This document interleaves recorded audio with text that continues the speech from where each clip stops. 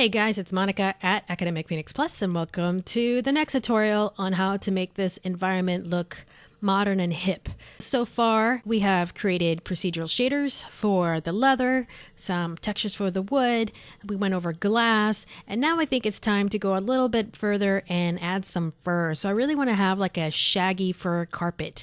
So I thought this would be a fun way to introduce you guys to fur.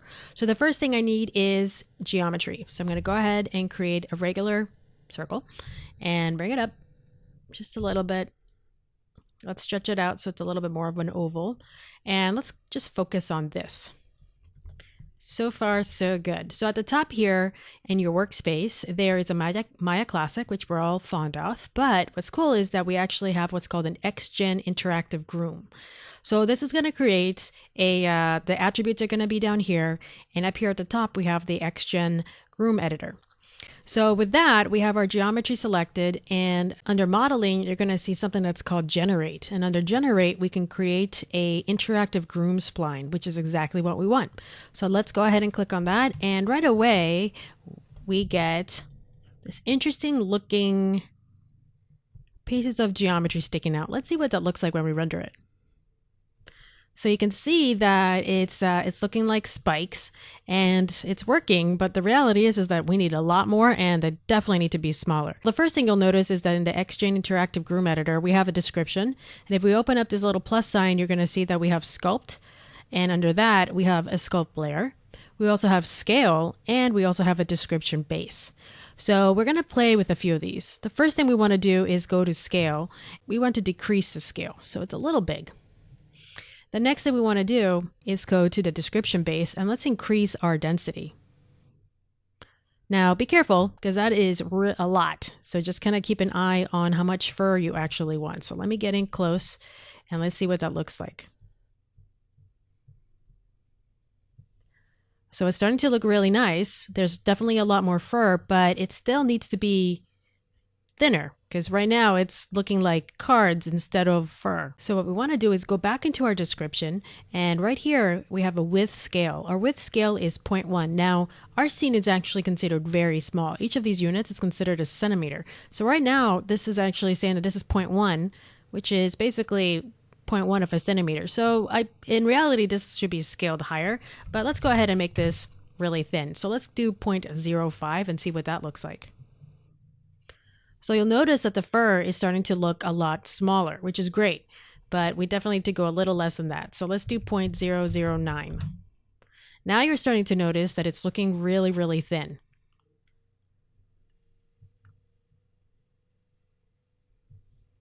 So mine might do 0.02. And I'm going to go back into my scale and increase go back into my description and increase the multiplier. So I really need to have a lot more because there's so much fur now and it's so thin that we want to make sure that it actually covers the rug. So you'll notice that it's looking pretty nice. I might go a little bit more. Cool. It's looking really nice. Let's go ahead and press stop. All right. So let's see. What else do we have? You'll notice up here that we have these things called modifiers, and modifiers mean that we want to add to the description some sort of change to this. Now, let me assign some sort of shader down here because I'm going to just use a regular Lambert, and I just don't want it to be gray. I need it to be like a color that's going to match the carpet. So let's do a little bit of a dark beige, something like that. And going back to this, sorry, I just wanted to make sure that, and let's rename this. This is going to be rug shader. And so now that when I render, even though it may have some gaps in there, at least it's going to be covered by the shader, by the fur. And if there's gaps, you'll be able to kind of get away with it. All right. So now that we have that, we're going to go back to the description. We're going to add a modifier, and we have a couple of options. And the one that I want is called noise. So right now it's looking like a lot of fur, and now it's looking like it's scraggly and kind of noisy, which is really what I want. I want this to appear that it's almost like a shaggy carpet. So let's zoom out a little bit and see what that looks like. So it's looking, this is a really fast way of making grass as well, if you're interested.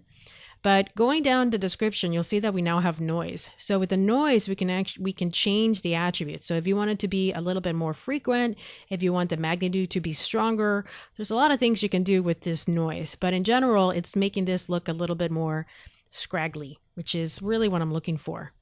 All right, so let's change the color. Let's grab the fur or the description. Let's go to the Hypershade.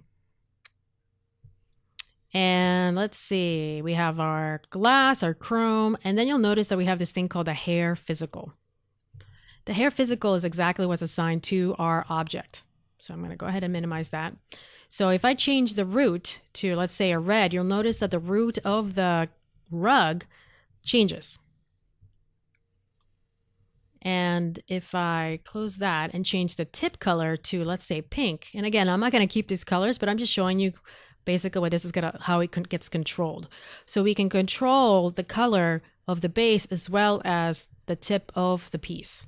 So in our case, what I would like to do is get something a little bit brown, and then at the tip, I would like the similar color but lighter because I have a theme. So let's look at that. Might want to go a little lighter because I really want to make sure that it looks beige.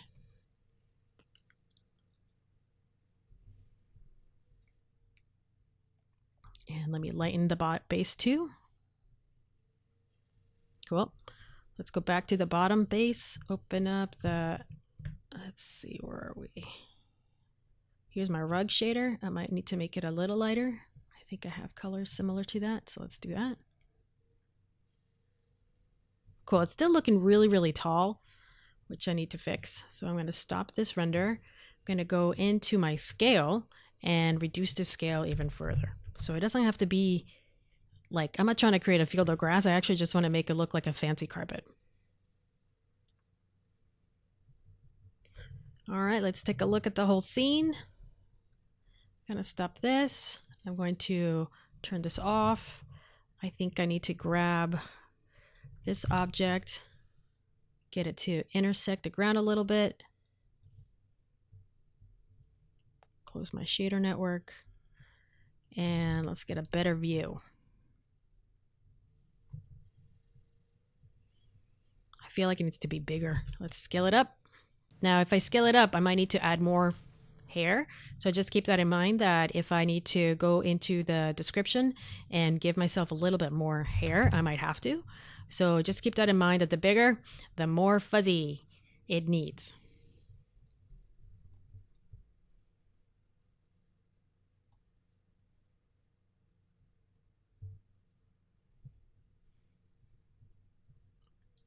Right, I'm going to stop that for a second and let's take a look at the Hypershade again. We can try to find the shader, but it's faster to just grab it up here.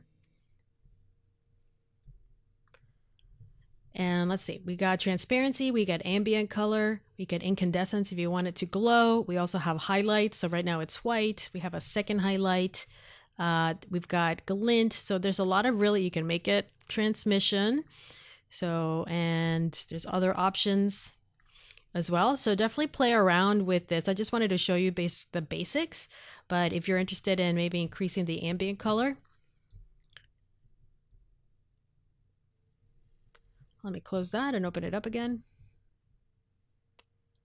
We can get some really interesting colors. Right now, the first highlight is white. So if I change this to red, you'll notice that the tips become red as well. So if you want to, you can change that highlight to a different color. And yeah, that's the basics of fur. I'd highly recommend that you play around with more of the shaders. It's a lot of fun. But hopefully that gives you an idea of not only how to create fur and a shaggy carpet, but that you can also create a grass or anything like that. So I'm going to try to take a nice render here. Let me stop that and maybe I can just frame it a little bit better.